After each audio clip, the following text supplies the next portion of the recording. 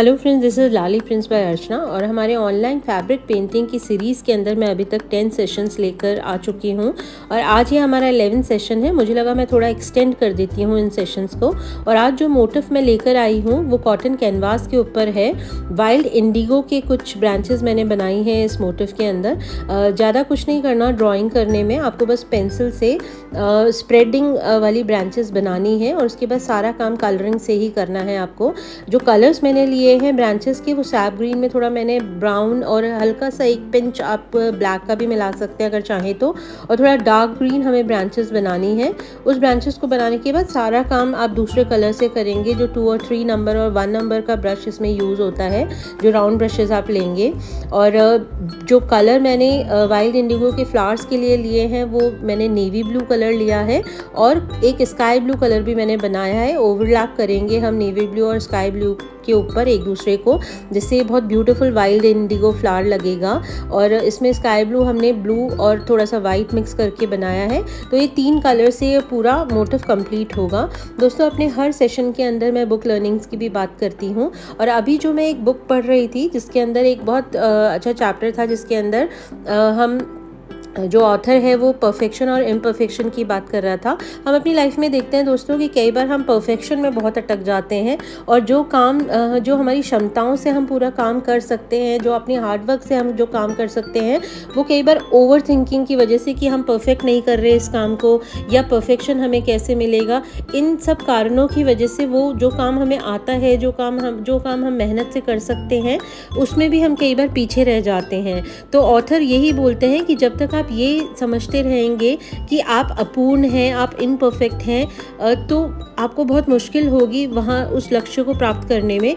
तो वो सबसे पहले यही बोलते हैं कि आपको पूर्ण होने की आवश्यकता ही नहीं है, आपको इम्परफेक्शन पाने की आवश्यकता ही नहीं है। अगर आप लाइफ को एक खेल की तरह समझें तो आप इम्परफेक्शन और परफेक्शन जो भी आपके अंदर हैं, आप उनको एक हिस्सा समझिए, आप उनको एक पार्ट समझिए उस गेम का। तभी आप लोग थोड़े से ज़्यादा तरीके से और अच्छे से आप अपना कार्य को पूरा कर पाएंगे। बस सबसे ज़्यादा आपको ज़रूरत किसकी है दोस्तों? आपको सबसे ज़्यादा ज़रूरत है कि आप बेहोशी में ना जिए। आप सुबह से लेकर शाम तक अपनी कैसी दिनचर्या बिता रहे हैं, आप क्या कर रहे हैं अपनी लाइफ में, आप कितना अपना समय बर्बाद कर रहे हैं। अगर आप थोड़ा सा अवेयरनेस में रहेंगे, होश में रहेंगे, तो बस इसकी आवश्यकता है और आप अपने आप एक अपूर्ण और पूर्ण के जो चक्कर हैं, जो ओवर थिंकिंग हम उसकी वजह से करते हैं, उससे आप छूट पाएंगे।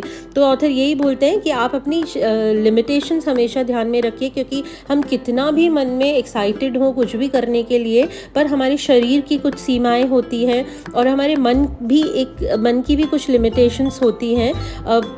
इन लिमिटेशंस के साथ कि हमारी शरीर की जो लिमिटेशंस हैं, हमारे मन की जो लिमिटेशंस हैं, उन लिमिटेशंस के साथ अगर हम कोई भी कार्य करते हैं और बाकी सब भगवान पे छोड़ देते हैं, तो इसी को ही बेसिकली परफेक्शन कहा जाता है। तो आप अपनी अपूर्णताओं के साथ जिएं, आप अपने परफेक्शन में आनंद लेना सीखें और उससे अपनी पहचान ना बनाएं, क्योंकि पैटर्न्स जो होते हैं लाइफ के वो यही है कि शरीर और मन के पैटर्न्स को बस आप दूर से खड़े होकर देखिए कि वो आपके लाइफ का एक बहुत अभिन्न अंग है जिसे आप अपने आप से अलग नहीं कर सकते और आप उसमें अपनी पहचान भी ना बनाए। बस दूर खड़े होकर उन पैटर्न्स को बहुत ऑब्जर्व करिए और उसी के साथ अपना काम करिए, तो आप देख पाएंगे कि आप आनंद ले पाएंगे। आप बहुत तरीके से बहुत आनंदपूर्ण बिना किसी ओवर थिंकिंग के और क्योस के आप अपना काम कर पाएंगे।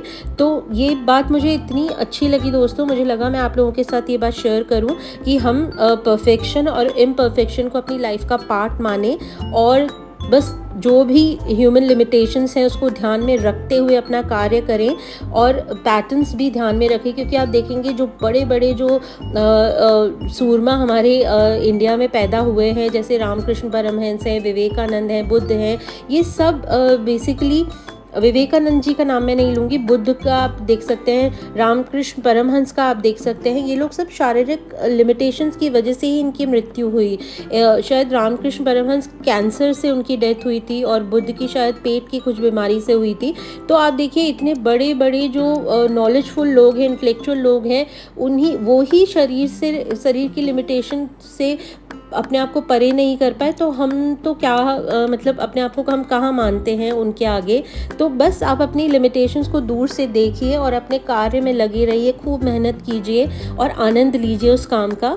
तो हम परफेक्शन और इम्परफेक्शन के जाल में फंसेंगे नहीं दोस्तों। तो अब मैं वापस पेंटिंग पे आती हूँ। मैंने यहाँ पे ब्लू और स्काई ब्लू कलर से ओवरलैप करते हुए इन फ्लावर्स को कंप्लीट किया है। और ये जो मोटिव्स हैं ये बैग्स पर या फिर फ्रॉक्स पर के पैनल्स पर या ट्यूनिक्स जो होती हैं या बच्चों के कपड़े होते हैं उन पे बहुत प्यारे लगते हैं मोटिव्स, पर साड़ी और इन पे मैं कम ही प्रेफर करूँगी, लहंगा वगैरह साड़ीज़ पर। फिर भी आपका एस्थेटिक सेंस अगर वर्क कर रहा है और आप इसको नया रूप दे पा रहे हैं तो आप बना सकते हैं। तो दोस्तों देखिए आप कितना प्यारा लग रहा है ये बैग, और आप लाइक कीजिए, सब्सक्राइब कीजिए मेरे चैनल को। और अगर कुछ सीख पा रहे हैं मुझसे या मेरी लर्निंग से या मेरी पेंटिंग से तो प्लीज़ ज़रूर शेयर कीजिएगा, कमेंट कीजिएगा। मैं अगले वीडियो में आपसे फिर से मिलूँगी। Thank you very much, bye.